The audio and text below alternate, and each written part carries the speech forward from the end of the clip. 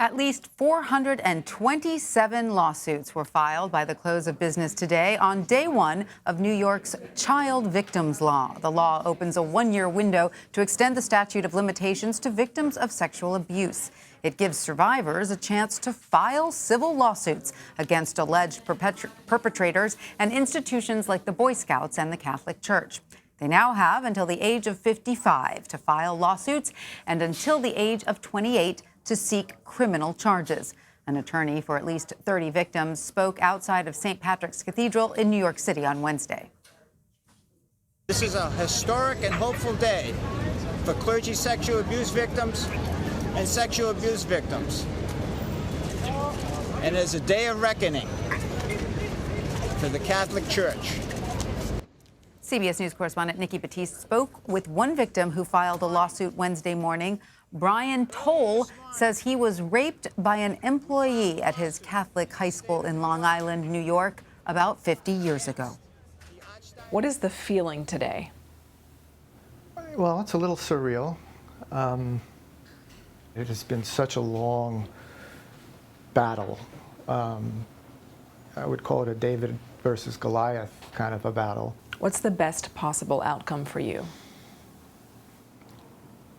The best would be, I guess, to go to trial and have all the facts come out, and a settlement would be nice because I've spent hundreds of thousands of dollars in the last 25 years. That would make me whole. And Nikki Battiste joins me now. She's done extensive reporting on the Catholic Church sexual abuse scandal.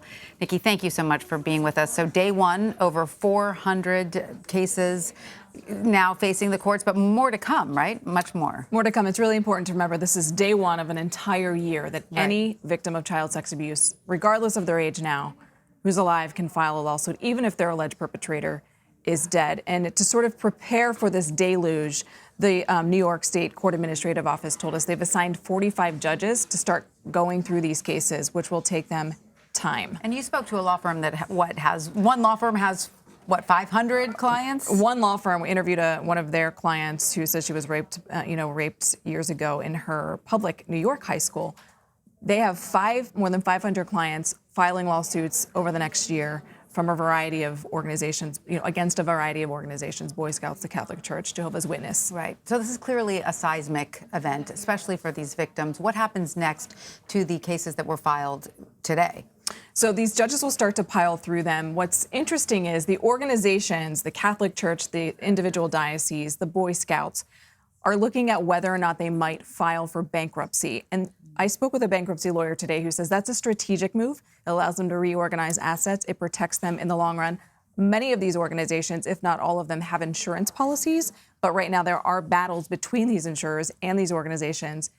The insurers don't want to cover allegations when they say a diocese may have been covering up abuse they were aware of. So It'll be really interesting to see how this all unfolds. Now, are other states, other legislators and other states watching closely to see how this unfolds in New York and considering similar legislation? Yes. Remarkably, 17 other states and the Washington, D.C.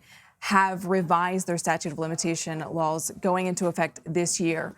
4 other states and D.C. have also included a look-back window, which gives 1 to 2 years for anyone to file a lawsuit, which is pretty unprecedented. So this is the beginning of thousands of lawsuits we'll see in 18 states and D.C. And were any high-profile big names featured in any lawsuits filed today? Everyone was watching for Jeffrey Epstein's name, and one victim of his who until today was too old now to file a civil lawsuit was able to, and she did very early this morning. All right, Nikki Battiste, thank you so much for sharing your excellent reporting with us. Thank you.